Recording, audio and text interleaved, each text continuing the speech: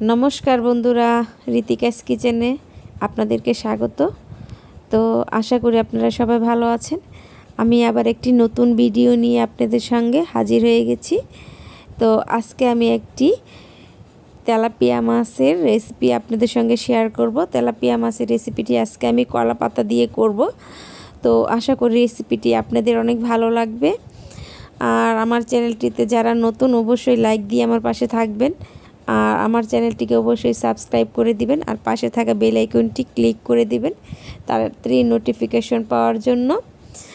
তো চলুন দেখে নিই তেলাপিয়া মাছের রেসিপিটি বানাতে কি কি লাগছে।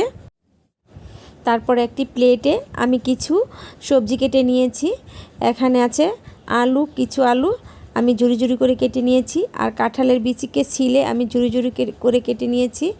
আর আছে লতি আর ডাঁটা, আমি সবগুলো সবজিকে ধুয়ে পরিষ্কার করে নিয়েছি। দেখুন, তো আমি সবগুলো সবজিকে আমি আলাদা করে রেখে দিলাম। তারপর আমি একটি বল নিয়ে নিয়েছি। আমি এখানে সবগুলো সবজিকে ঢেলে নিব এক এক করে। তো আমি সবগুলো সবজিকে ঢেলে নিচ্ছি বলে।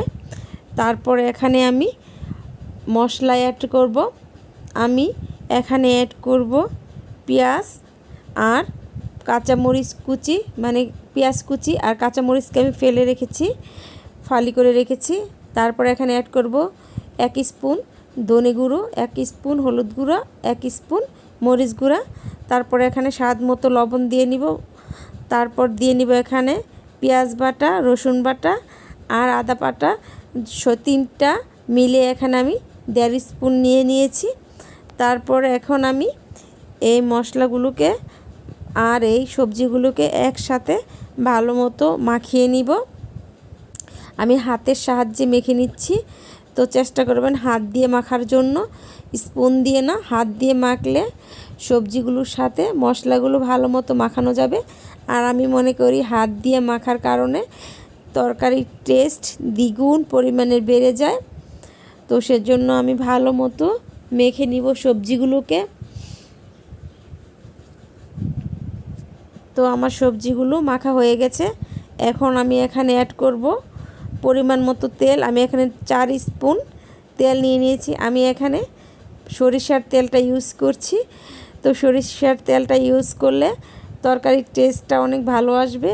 তাই আপনারা এখানে রেগুলার সয়াবিন তেলও ইউজ করতে পারেন, কিন্তু আমি এখানে সরিষার তেলটা ইউজ করেছি। তারপরে এখানে আমি সেই তেলাপিয়া মাছগুলোকে আমি এখানে দিয়ে নিব।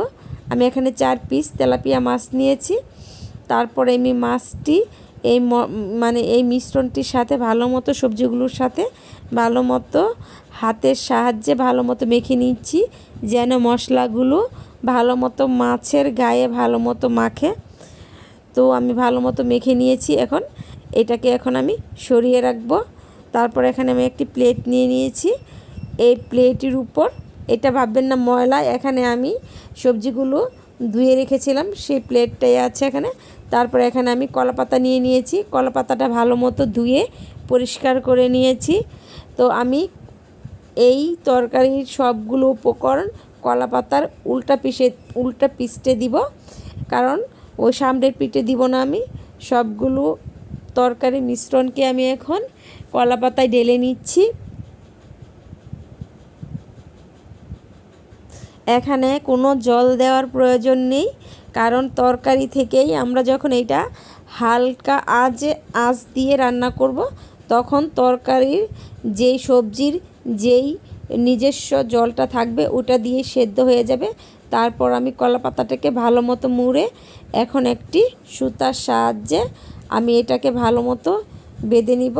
তো এই কাজটা যদি আপনারা নিজে একা না করতে পারেন, তাহলে আপনারা আরেকজনের সাহায্য নিতে পারেন। তো আমি এটা কলা পাতাটাকে ভালো মতো বেঁধে নিয়েছি। তারপর চুলায় আমি একটি কড়াই বসিয়ে দিয়ে আমি পরিমাণ মতো তেল দিয়ে নিয়েছি, প্রায় 3 স্পুনের মতো তেল দিয়ে নিয়েছি এখানে আমি। তারপর এটা আমি সয়াবিন তেল দিয়েছি। তারপর আমি এখন সেই কলা পাতার ভিতরে যেই তরকারিটা বেঁধে রেখেছিলাম ওইটা আমি এখন দিয়ে দিলাম, দিয়ে ঢাকা দিয়ে রেখে দিলাম। এখানে চুলার আঁচটা মিডিয়াম লোতে থাকবে। তারপর আমি এপাশ ওপাশ করে উল্টে ভেজে নিব ভালো মতো করে। আমি ঢাকা দিয়ে আবার ঢেকে নিয়েছি। ঢাকা দিয়ে তারপর আমি আরও কিছুক্ষণ রান্না করে নিয়েছি। তারপর ঢাকা খুলে আমি আবার ভালো মতো নেড়ে চেড়ে উল্টে দিব। আমি এখন উপাস করে দিব। এখন পর্যন্ত চুলার আঁচটা আমার মিডিয়াম লোতে আছে, মানে অল্প আঁচে থাকলে আপনার সবজিগুলো ভালো মতো সেদ্ধ হবে। তারপর আমি এখন আবার ঢাকা খুলে দেখে নিচ্ছি। তো দেখেন আমার রেসিপিটি একদম হয়ে গেছে। আমি চুলা থেকে এখন নামিয়ে নিয়েছি।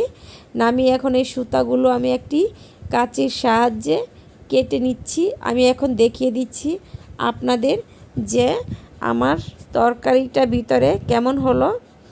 তো অবশ্যই গরম আছে, সাবধানতারভাবে আপনাদের খুলতে হবে। তো আমি একটি চামচের সাহায্যে খুলে নিচ্ছি।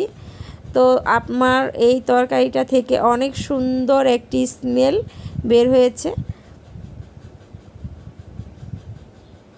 তারপর আমি আস্তে আস্তে করে আমি খুলে দিচ্ছি। দেখুন দেখতে কত সুন্দর লাগছে। তরকারিটা খেতে অনেক মজা হয়েছিল। এখন আমি আপনাদেরকে দেখিয়ে দিচ্ছি যে কীরকম সেদ্ধ হয়েছে। আমার তরকারিটা একদম সুন্দর, আলুগুলো আর কাঁঠালের বিচিগুলো সুন্দরভাবে সেদ্ধ হয়ে গেছে। আমি এখন হাত দিয়ে আপনাদেরকে দেখিয়ে দিচ্ছি যে। আর আমার ভিডিওটা যদি ভালো লেগে থাকে আমার চ্যানেলটিকে অবশ্যই সাবস্ক্রাইব করে দিবেন। দেখুন আমার আলুগুলো সিদ্ধ হয়েছে। আবার দেখা হবে নতুন একটা ভিডিওর সাথে। নেক্সট ভিডিওতে আবার